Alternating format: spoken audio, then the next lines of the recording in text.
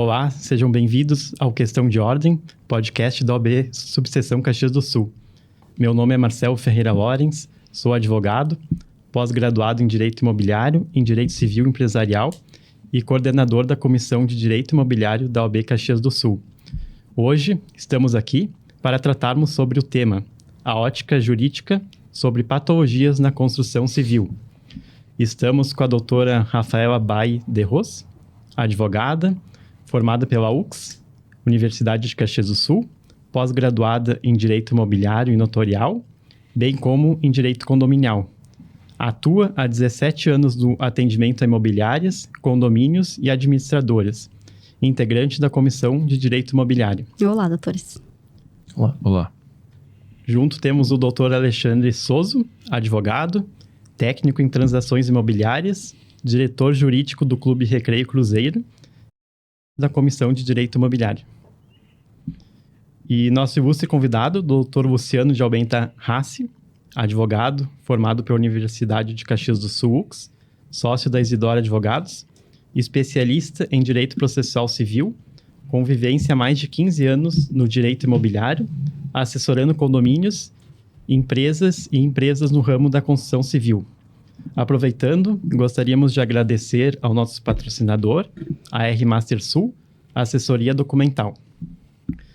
Então, gostaríamos de iniciar a nossa conversa solicitando que o Dr. Luciano defina e diferencie o que são patologias na construção civil e vícios construtivos.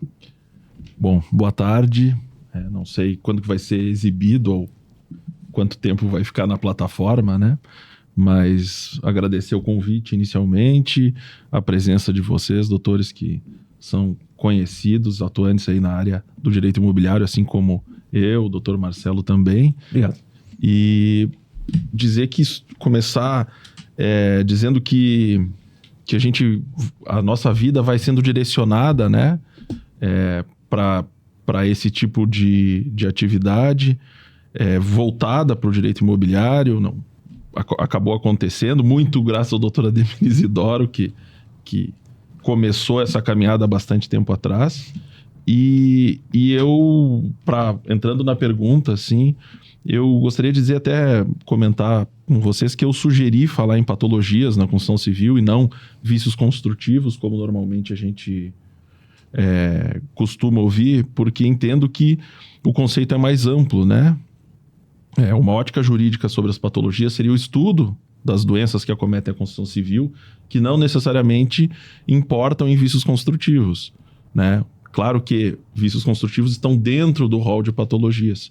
E aí, acho que se a gente puder levar tanto as empresas que atuam na construção civil, como aos consumidores, adquirentes de unidades, maior clareza para melhorar a relação, isso diminui a judicialização de casos, preserva a satisfação dos clientes que compram bens imóveis, né? E também fomenta o mercado. Então, é uma coisa que todos ganhamos, né? E nós atuamos aí nessa situação de orientação e tentar trazer o melhor para os clientes. Bom, vícios construtivos, eles estão sempre ligados a algum problema de execução de mão de obra ou de qualidade de materiais empregados. Já as patologias construtivas, os vícios são um tipo de patologia, mas existem outras condições que podem levar a problemas nas edificações que não são vícios construtivos, e aí nessas condições a identificação prévia e a maneira como conduzir isso pode ser proveitoso. Por exemplo, uma falta de manutenção adequada, um mau uso, né? Uma intervenção de terceiros, são todas circunstâncias que levam a um problema nas edificações e não necessariamente são vícios construtivos. Mais ou menos seria essa a diferenciação do conceito. Então, continuando aqui, o que se entende da responsabilidade das construtoras quanto à execução da obra e do material? Doutor, complementando o que o doutor Luciano muito bem falou, é importante destacar que nós temos dois tipos de vícios, né? Os vícios aparentes e os vícios ocultos. Os vícios aparentes são aqueles que nós vemos com facilidade, né? Uma rachadura, enfim, um defeito elétrico que tu coloca na tomada e já nota. E nós temos os vícios ocultos, que são aqueles que vão aparecendo com o decorrer do uso do bem imóvel. Tá? É sempre bom lembrar que o que rege os vícios construtivos são o Código de Defesa do Consumidor e o Código Civil, tá? E que nós temos o prazo decadencial de 5 anos para reclamar esses vícios construtivos, tá? Que seria o prazo de garantia, tá? Garantia. Não sei o que os doutores entendem, né? Esse prazo de garantia, há uma discussão até com relação ao prazo prescricional de 3 anos, de 10 anos. Exato. Não sei o que vocês entendem, doutor, com relação ao prazo para ingresso de ação, de indenizatória, se pudessem comentar. Tem situações que eu já vi em jurisprudências recentes, né, da prescrição decenal, né, dos 10 anos, o artigo 205 do Código Civil, né, prescreve essa situação e eu tive uma situação que eu vivenciei recente, que foi aplicada essa questão do prazo decenal, que eu acredito que seja o mais correto, que vem sendo aplicado nos processos. Né? Entendo. Eu acho até bastante pertinente essas colocações, até para a gente poder levar também as pessoas que estão nos ouvindo essa distinção entre prazos de garantia e prazos de responsabilidade, né? Porque a lei, ela eu diria, quase que carente quando se trata de garantias, prazos de garantias na Constituição Civil. A gente tem 2 artigos, né, que tratam de garantia, que é no Código de Defesa do Consumidor, como a doutora bem referiu, né? Que falam aquela questão dos vícios que se evidenciam e teria 90 dias para reclamar, né? Seja pedir o abatimento do valor, o desfazimento do negócio e restituição de valores pagos, né? Ou o refazimento, né? E o prazo de 5 anos que prevê no Código Civil, acho que é o artigo 618. 618. Isso. Me corrijam qualquer coisa, que prevê o prazo de 5 anos de garantia, mas especificamente para solidez e segurança da obra. Exato. Ou seja, todos os outros componentes da construção civil, de uma edificação, eles não estão abarcados pela legislação. E aí a gente remete àquela questão das normas técnicas que recomendam prazos, né? Elas não obrigam a esse reconhecimento desses prazos, mas elas trazem uma recomendação técnica, né? E a gente sabe que a pintura muitas vezes não dura 5 anos, ela tem que ser refeita, né? Sim. E há um desgaste, e não necessariamente há um problema com isso, e outros todos os itens de manutenção. Então, solidez e segurança, assim, seria 5 anos. E outros vícios aparentes, né? Teria 90 dias para reclamar. E aí a gente cai na questão da ABNT, né? Das normas técnicas. A gente tem agora uma nova norma que foi editada agora em 2022, né? Final do ano. Está passando a valer agora. E ela recomenda, assim, prazos em conformidade com cada componente, né? Então é bem interessante. E isso a gente fala de garantia, né? Que se aplica especificamente a essas 3 hipóteses, né? Reparação, desistência ou diminuição do valor. E o prazo para pleitear a reparação cível, esse sim, a gente pensa aí em uma discussão mais ampla. No meu entender, a gente teria 3 anos do surgimento, com base também no mesmo artigo citado do Código Código Civil, né? Reparação cível, mas o entendimento do STJ no sentido de que essa prescrição de 3 anos, ela se aplicaria somente à reparação cível extracontratual. E aí, sim, por decorrer essas relações de contratos, se aplicaria a regra geral do Código Civil e se estenderia até 10 anos, o que é uma discussão salutar e a gente, enfim, pode tratar Parece disso. Que não tem ainda uma decisão 100% definida, né? Porque isso gera muitos conflitos nos processos, né? A questão do debate. prazo, né? Principalmente nos vícios ocultos, né? Eu entendo que a maior insegurança jurídica que nós vivenciamos, e talvez essa nova norma da ABNT venha a sanar esse problema, é definir o que é solidez e segurança, né? Porque nem todos os vícios de um imóvel implicam na falta de solidez e de segurança, né? Eu vejo que eu trabalho específico com condomínios e vejo que esse é o maior problema, né? Que os condomínios chegam até o escritório, às vezes quando está estourando aquele prazinho de garantia de 5 anos, e é difícil identificar o que realmente é um vício construtivo e aquilo que é falta de manutenção, né? Falta de manutenção do condomínio. Então, existe uma série de orientações, né, que nós damos para os síndicos, tanto para recebimento da obra, para efetuar um laudo durante esse prazo de 5 anos e para ir fazendo ter um plano de manutenção recorrente, né? Para que não chegue ali no final do prazo de garantia e venham todos esses problemas à tona, né? Para evitar de judicializar isso. Sim. Isso, até complementando, assim,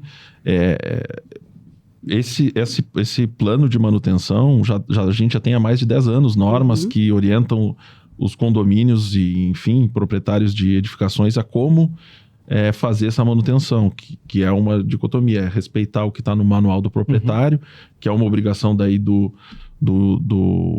incorporador de entregar um manual do proprietário bem feito, personalizado, que aponte de maneira clara quando que tem que ser feita a manutenção de cada item, né, na edificação e como que ela tem que ser feita, né? Inclusive o desrespeito ao manual do proprietário ou as regras técnicas de manutenção das edificações pode implicar, sim, no reconhecimento da perda da garantia, que é aqueles prazos que a gente estava falando. São coisas bem pouco levadas em consideração, a gente vê na sociedade, né?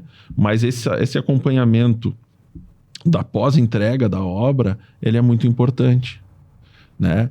E é uma responsabilidade tanto do empresário, do empreendedor que fez o empreendimento, quanto dos adquirentes. Passa a ser mais dos adquirentes, porque são os responsáveis diretos por fazer a manutenção, a conservação e o zelo daquilo da maneira adequada. Mas o proprietário tem que verificar se isso está acontecendo. O pós-obra, o acompanhamento do pós-obra é fundamental.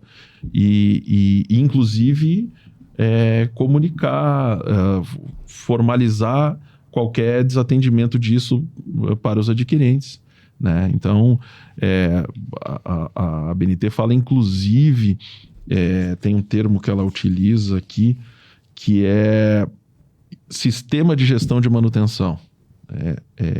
5674, já é de 2012 essa norma, e lá tem que ter uma espécie de diário, quando que foi feito, quando que tem que fazer limpeza caixa d'água, a troca de extintor e coisas mesmo de reparos, né? Rejunte, vedação das janelas, limpeza de calhas, todas essas atividades, elas prolongam a vida útil e mantêm a garantia, né? A garantia nos prazos aí recomendados. E outra coisa interessante, a gente estava falando da norma, né? Essa nova norma 17170, porque ela tem a pretensão de pacificar um entendimento de que esses prazos de garantia, eles passam a valer a partir do habite-se. Porque antes havia uma discussão.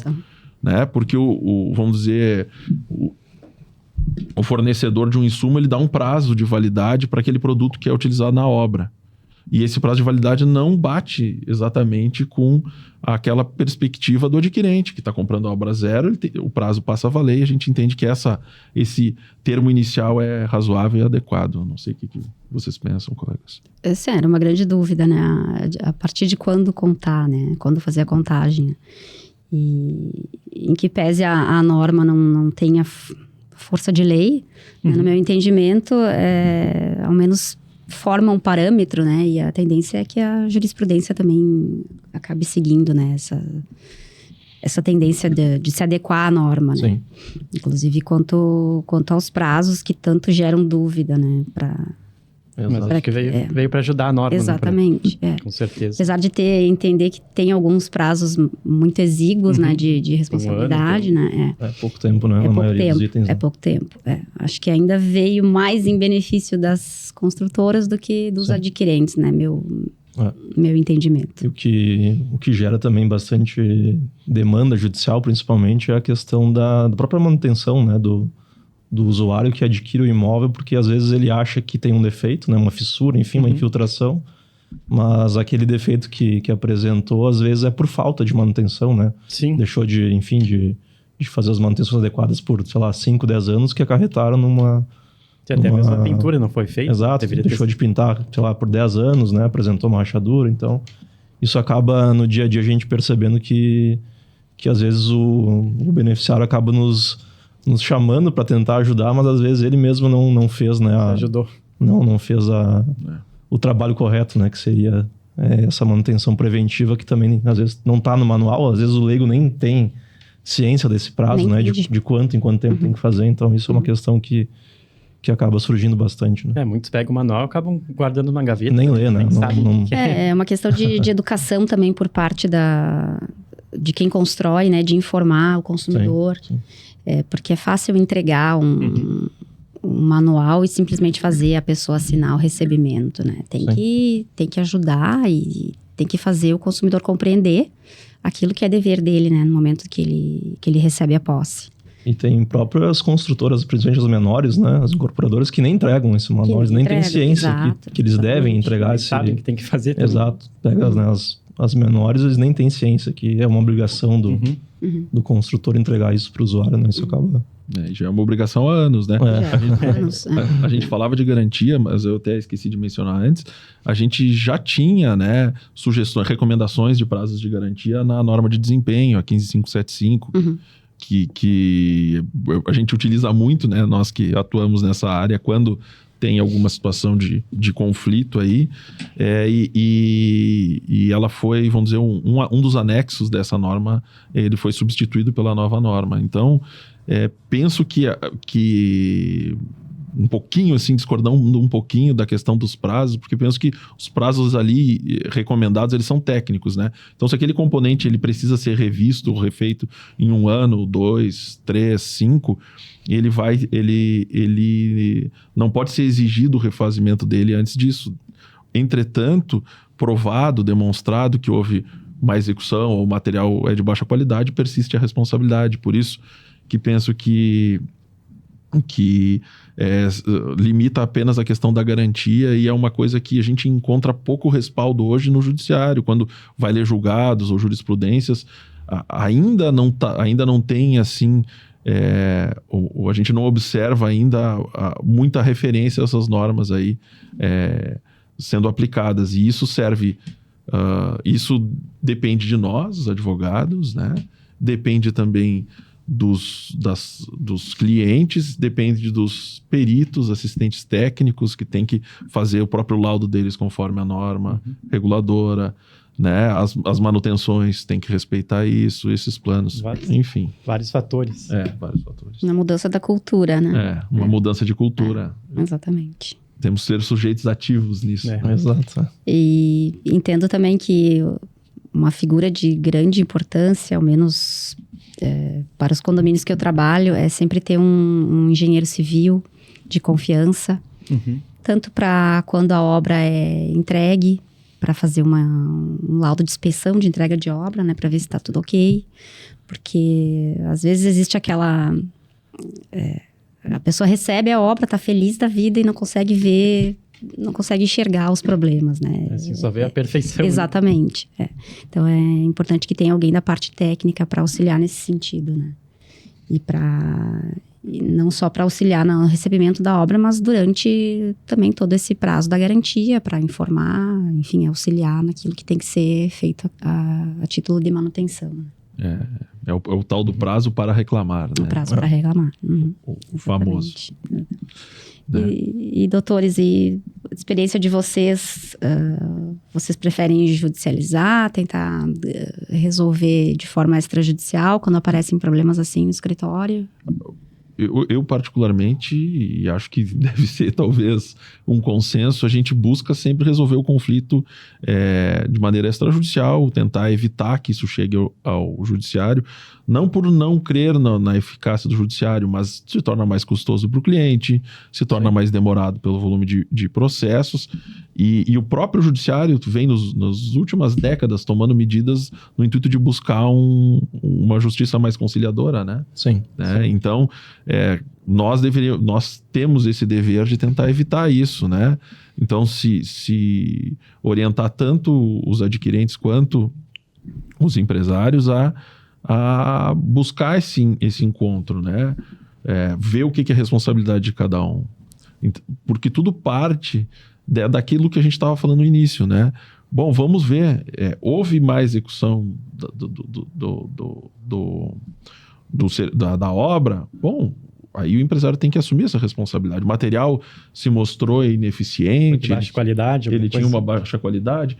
Cabe ao empresário chamar o fornecedor dele, né? Então, procurar fornecedores que tenham respaldo de conceito e também econômico, para caso tenha algum problema poder ser refeito. E, por outro lado, o adquirente ele tem que usar em conformidade. O empresário tem que ter ciência de que essa responsabilidade dele, enquanto objetiva, pelo menos no prazo de garantia,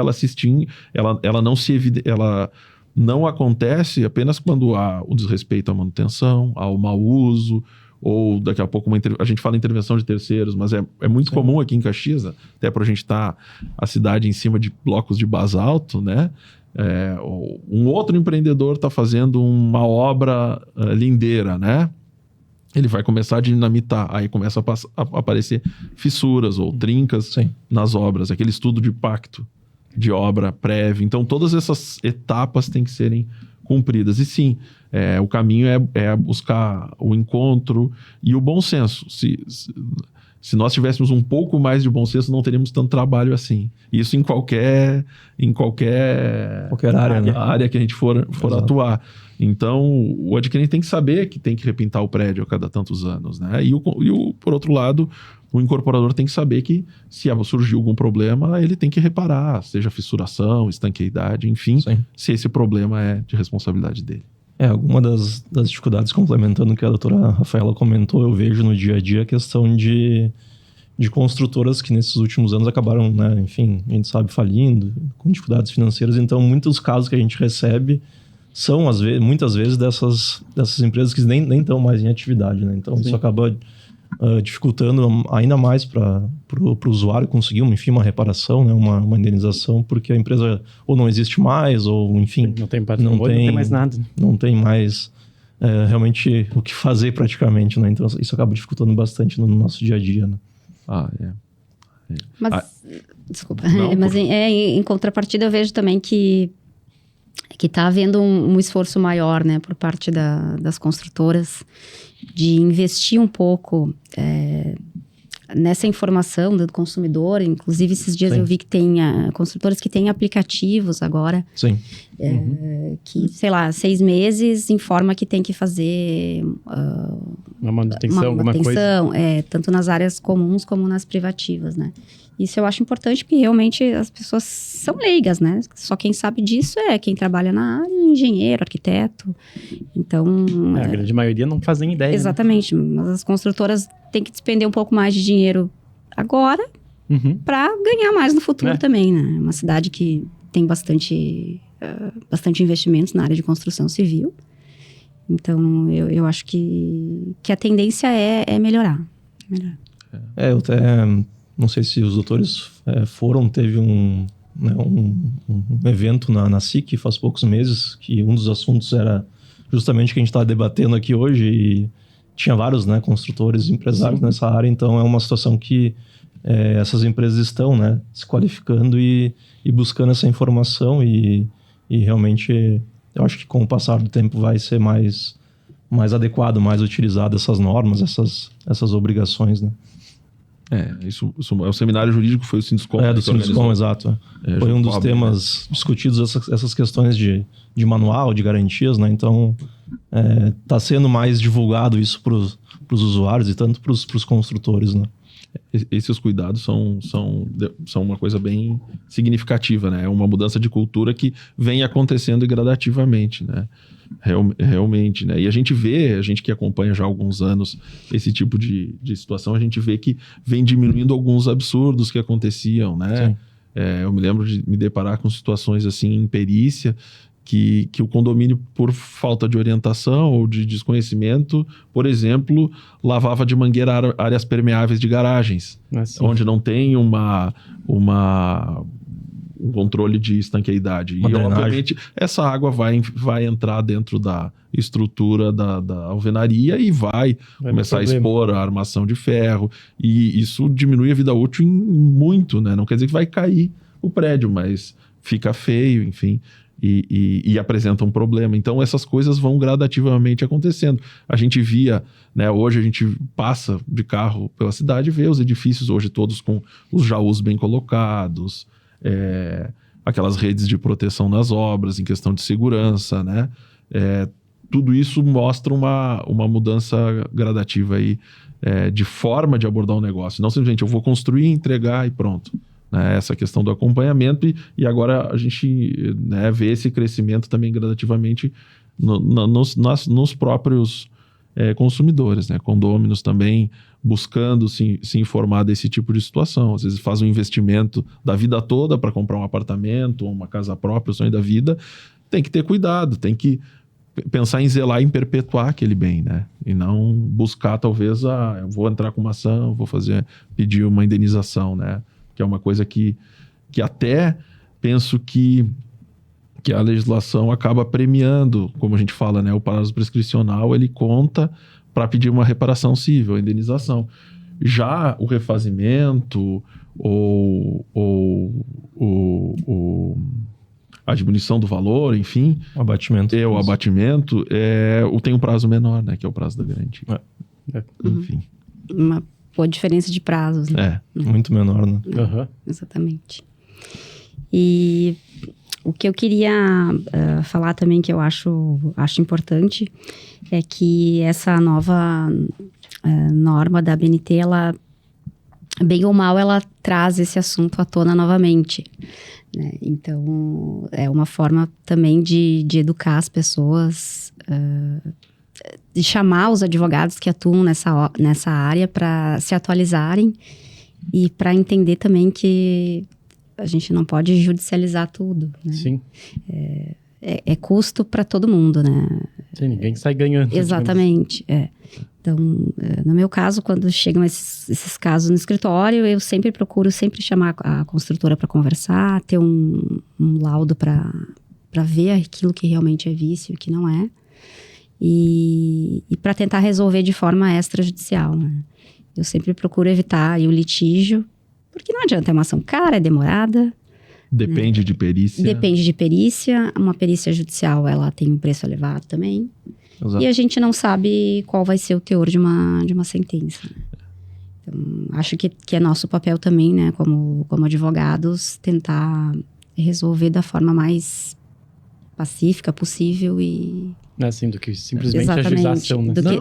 E buscar tutelar, porque se a pessoa está com um problema na casa dela, né, por exemplo, está entrando água, não dá para esperar todo um tempo de um litígio para resolver aquilo. Tem que buscar uma solução e não pensar vamos ter indenização, né? Buscar uma solução, e acho que é isso aí, essa tentativa de solução de conflitos, conversando e aproximando as partes, cada uma assumindo o que é seu por obrigação, né?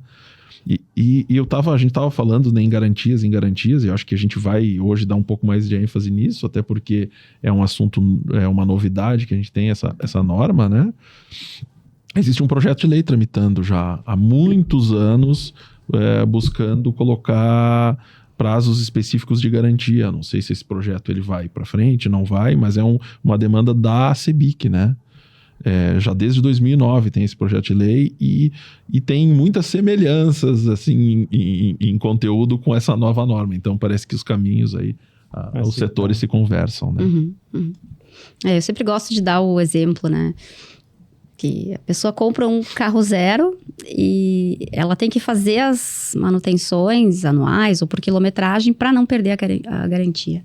E comprar um imóvel, que às vezes é um valor muito mais elevado que um carro, é a mesma Sim. É a mesma situação, né? Sim, não basta comprar, só Exatamente, morar e não fazer mais nada, né? E esperar o pior acontecer, né? Então, acho que é uma via de mão dupla, né? É cobrar a construtora cobrar o consumidor. Mas, para que ao final cheguem a um denominador comum, né? Satisfeitos. Exatamente, né? E ela clareia também um pouco aquela ideia do conceito do que seria segurança e solidez. Né? Ela traz elementos que seriam aqueles da garantia legal, né? Que são contenções, fundações, estruturas de piso e sistemas de cobertura. Todos os componentes e sistemas que compõem estes itens poderiam ser classificados dentro daquela necessidade de segurança e solidez, né? Então, penso que a gente está avançando para clarear esses conceitos e é uma coisa nova para todos nós e penso que também tem que ter essa vamos dizer, essa troca de experiências muito mais também com o técnico, né? Quando nós atuamos, né, nesse tipo de coisa, na busca disso, né, procurar entender um pouco mais da construção civil e eles entenderem um pouco mais, né, de legislação, né? Me parece que não sei se coincidentemente, mas está havendo uma procura maior de engenheiros para atuar nessa área de inspeção condominial, inspeção de obras. Não sei se é porque eu trabalho nesse meio, mas eu seguido recebo e-mail, currículo de engenheiros que realmente estão atuando nessa área.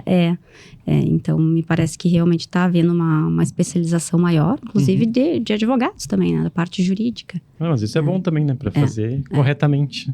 Porque não adianta. Ali, quanto a condomínios específicos, eu entendo que são três pessoas ali que tem que estar em sintonia, né? Que é síndico, um advogado e um engenheiro, né? Trabalhar em conjunto, né? Para que não chegue para nós só ali quando está encerrando esse prazo de garantia. Acho que é um trabalho aí a 6 mãos, vamos dizer. Com certeza, com certeza. Né? E mais os intermediários, o administrador... Exatamente. Exatamente. Né? Esses 3 são os principais. São principais, mas é uma equipe, né? Também. O prestador de serviço. Às vezes o síndico, se não consegue verificar isso sozinho, pode nomear uma comissão de moradores, né? Para auxiliar. Entendo que é bem importante orientá-los, né? Claro. E esse cuidado, né? A gente falou, o prestador de serviço tem que ser também um profissional habilitado, com conhecimento técnico, com respaldo para fazer a manutenção ou o reparo, também em conformidade com o que é recomendado tecnicamente, né? Mas é por aí mesmo. Na minha percepção, essa norma ela vem a contribuir bastante, e aí é um avanço. Acho que a gente ainda está carente a nível de legislação nesse tema, mas a norma ela é um passo importante. Não sei o que os doutores pensam. Já é uma luz, né? Eu concordo com o que o doutor falou, porque realmente eu vejo no dia a dia que não tem algo assim muito definido dessas questões, né? E acaba gerando essa insegurança jurídica nos processos. Você, né, percebe jurisprudências completamente julgadas diferentes um do outro, numa mesma situação semelhante. Então, realmente... Eu acho que é algo que esse projeto de lei que o doutor comentou, se vier a ser sancionado, vai nos ajudar bastante no dia a dia, porque vai ter algo mais concreto, mais definido, né? Porque cada tribunal também julga de um jeito, julga de outro, né? Então, exato. Não tá nada muito pacificado. Já aconteceu para mim de ter uma decisão em Caxias, uma em Porto Alegre e uma no STJ, né? Decisões totalmente conflitantes, né? Vão sendo reformadas. Diferentes. Exatamente, vão sendo reformadas, né? Então, modifica bastante o entendimento, né, de cada julgador. Até o entendimento da prescrição, a gente acompanha. Eu já tive vários entendimentos distintos ao longo dessa vida. E aí, quando a gente senta com o cliente e vai prestar uma orientação, a gente tem que passar essa segurança jurídica. Isso eu acho que é uma palavra muito difícil, porque a gente tem que explicar. Bom, a legislação diz isso, a jurisprudência está entendendo isso nesse momento, mas a gente tem aí uma possibilidade, pelo menos significativa, de que essa condição possa mudar, essa posição possa ser revista, né, futuramente. Então, quanto mais sólidas forem as coisas, mais claras, vai ser muito melhor, diminui a insegurança e até pacifica os conflitos, evita as ações, né? Porque no momento que se tem clareza de até onde vai o meu direito e a minha obrigação e o do meu adversário, a gente já sabe que vai ter aquela responsabilidade ou que não vai ter que arcar com aquela obrigação, e aí consegue se chegar em um encontro mais fácil. Então essa é uma palavra muito importante, né? Penso que além da segurança jurídica, essa necessidade aí de zelo, agora que a gente estava falando de manutenção, mas a segurança jurídica assim, é uma busca que nós temos que ter. Inclusive, o prazo prescricional era 20 anos, né? Até pouco tempo atrás, né? Sim. O que é um bom prazo. É um prazo bastante tempo. Se for pensar, imagina entrar com uma ação 20 anos depois, né? Muita coisa pode ter ocorrido nesse meio tempo também. Exatamente. E o que eu tenho notado também é que nesses casos de processo, né, com relação a vícios construtivos, vários juízes agora recebem a petição inicial e já mandam para tentativa de conciliação. Né? Já vai direto, né? Às vezes para o Sejusc, ou enfim, conciliação na própria vara. E é importante porque muitos advogados acabam nem contatando, às vezes, a construtora, né, para tentar resolver, né, de forma extrajudicial. E não deixa de ser um momento importante para fazer esse primeiro contato, né? Não que chegue a um acordo imediatamente, mas é um... Não, em alguns casos até consegue ser exatamente, exatamente. Precisa sobrecarregar ainda mais o judiciário. Exato. E às vezes, né, estava refletindo aqui um pouco, às vezes as soluções técnicas também não são tão claras. Demora-se a chegar à solução ideal, né? A gente já se depara com N situações. Bom, tem um problema de infiltração. Mas onde surge o ponto de infiltração, necessariamente, é a origem. E até identificar isso demanda aí N circunstâncias. Às vezes, acredita que se fazendo uma cortina de contenção, uma cortina de isolamento de água, né, possa impedir, e a infiltração está entrando por outro lado. E daqui a pouco é de uma outra causa. Então, é sempre nebulosa, né? Quando a gente fala, é fácil para nós chegarmos, sentarmos e falarmos assim, bom, foi mau uso, foi falha de manutenção, é do proprietário. Foi defeito construtivo, houve má execução ou material ruim, é do construtor ou incorporador. Mas identificar isso é uma tarefa, às vezes, difícil. E acho que essa prévia identificação antes de um ajuizamento é muito relevante, né?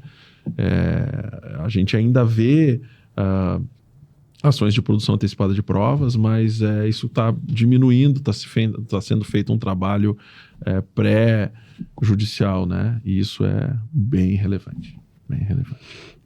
E doutores, essa nova norma da ABNT, vocês entendem que ela se aplica para construções grandes, pequenas, todos os tipos de construção? Vocês têm alguma opinião formada? Não sei se chegaram A norma é genérica, né? Ela deve se aplicar a todo tipo de construção, não necessariamente... Grande, enfim, todos os portes.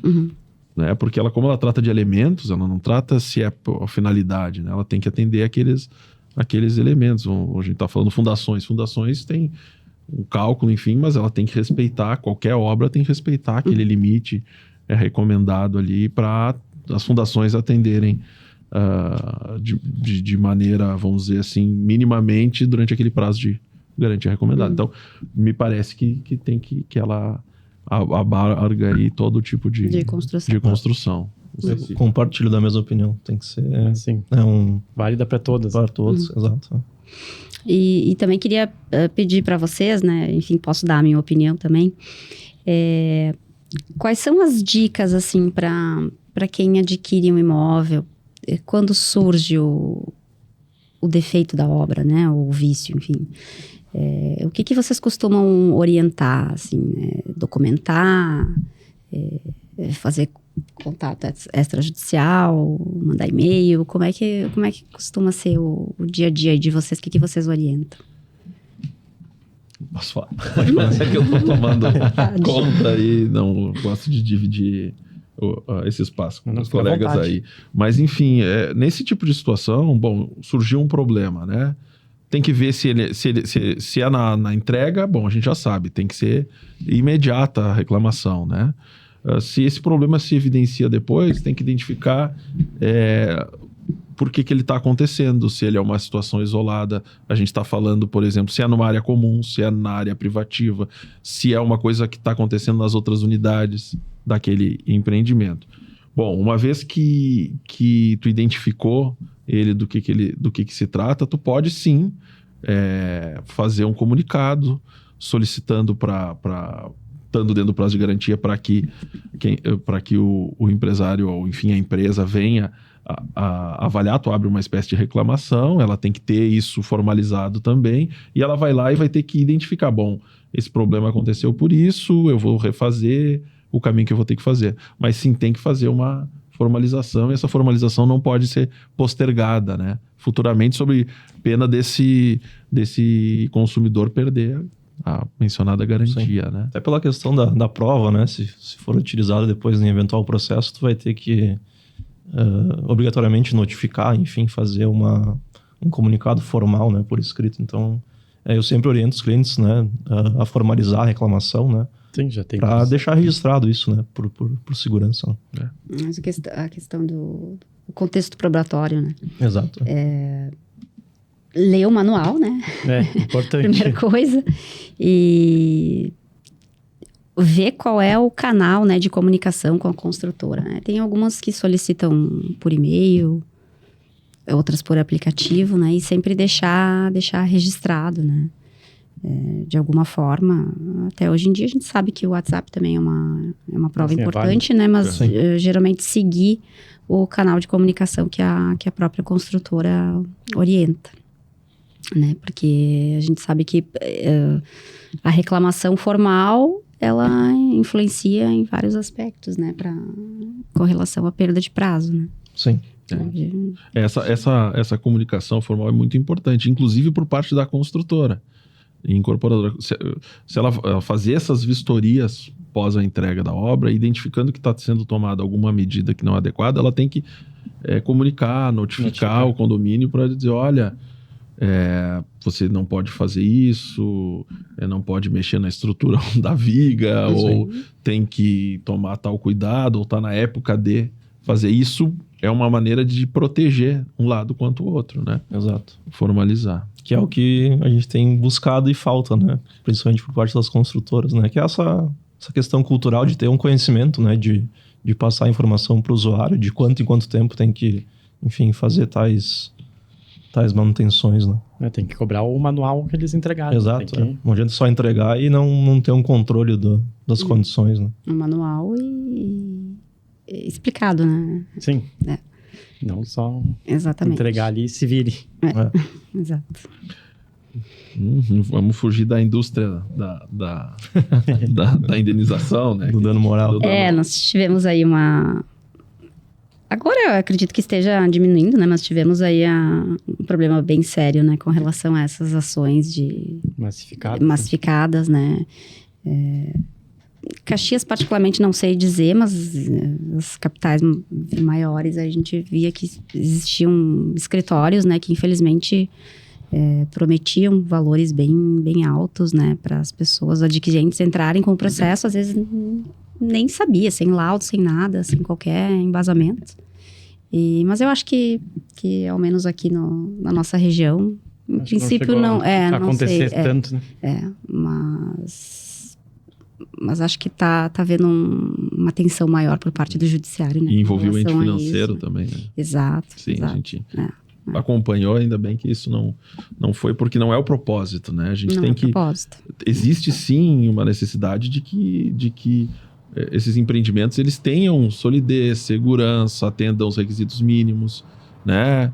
Que quando o adquirente pegue o memorial descritivo que foi prometido, às vezes na compra antes da obra estar concluída, vá lá e verifique, olha, realmente as estruturas estão como foram prometidas, aquela promessa foi cumprida e que a qualidade ela se perpetue pelo tempo que é devido, que é recomendado, né? Então, toda ação positiva, seja por parte do empreendedor ou do adquirente, é bom para todos, é bom para economia, é bom para a sociedade, dá mais segurança para quem pensa em comprar e não comprou ainda, né? Dá mais segurança para quem pensa em investir, né? Então, são coisas assim que a gente busca, né? Inclusive é bom pro banco que está fazendo alienação, né, doutor? Porque bem ou mal o imóvel pertence ao banco, né? Vamos dizer assim, o adquirente tem a posse, mas também é interessante para os bancos que fazem a alienação, né? Que fazem o financiamento para que também verifiquem as condições de um imóvel, né? E acabam sendo corresponsáveis. Né? Exatamente. Eles têm engenheiros que têm que acompanhar. Que fazem a vistoria. Exato.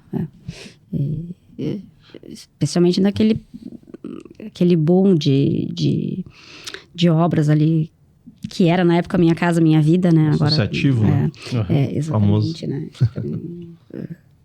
Vejo que também a questão tá melhorando nesse sentido também, de eles terem um cuidado maior, né?